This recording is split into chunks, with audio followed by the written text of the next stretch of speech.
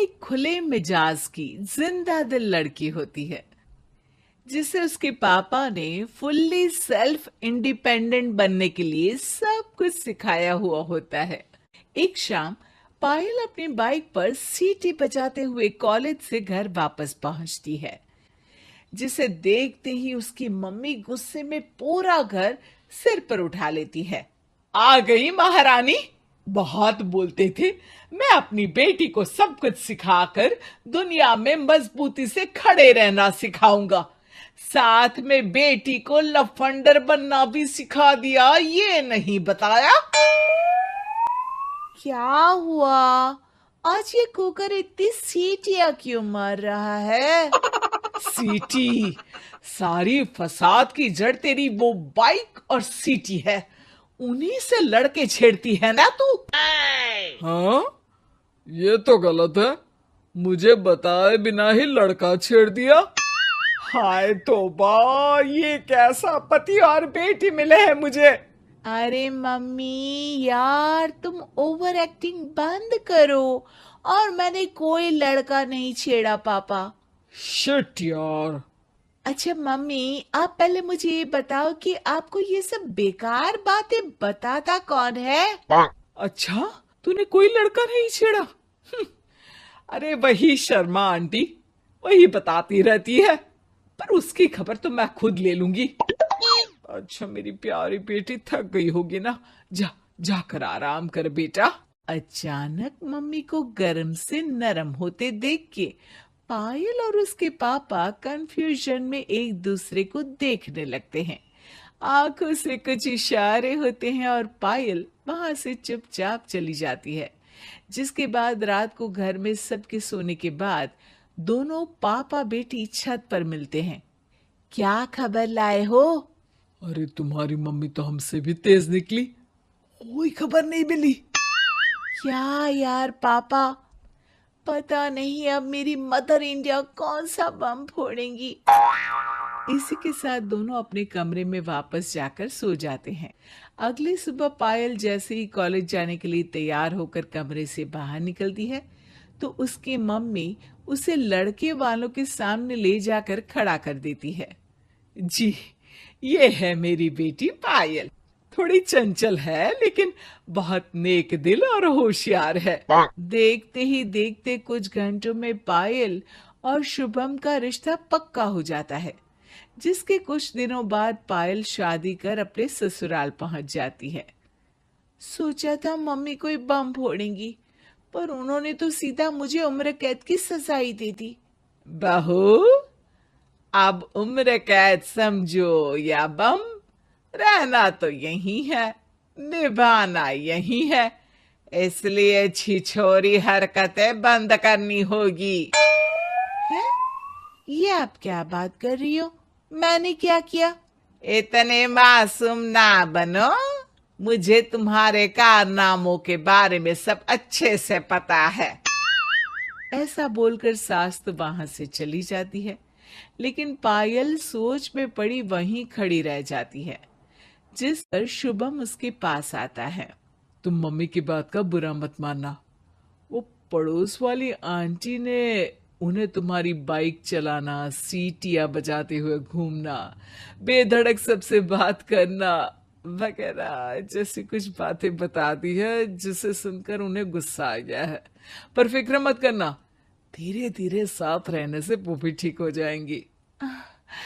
Thanks for your concern, but I don't care. Payal सीधा अपने कमरे में चली जाती है।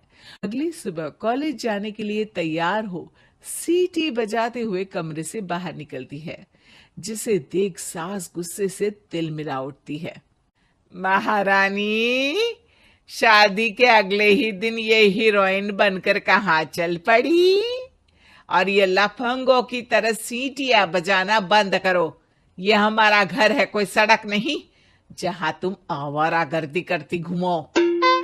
मम्मी जी, सीटी बजाने और कंफर्टेबल कपड़े पहनने से लोग कब से आवारा बनने लगे?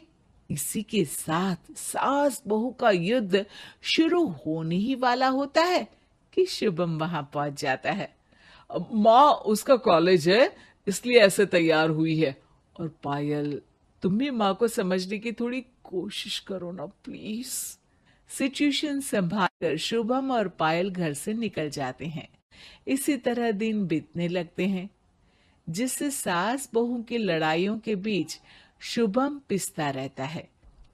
लेकिन साथ ही वो दोनों एक दूसरे की आदतों को अपना भी लेती हैं।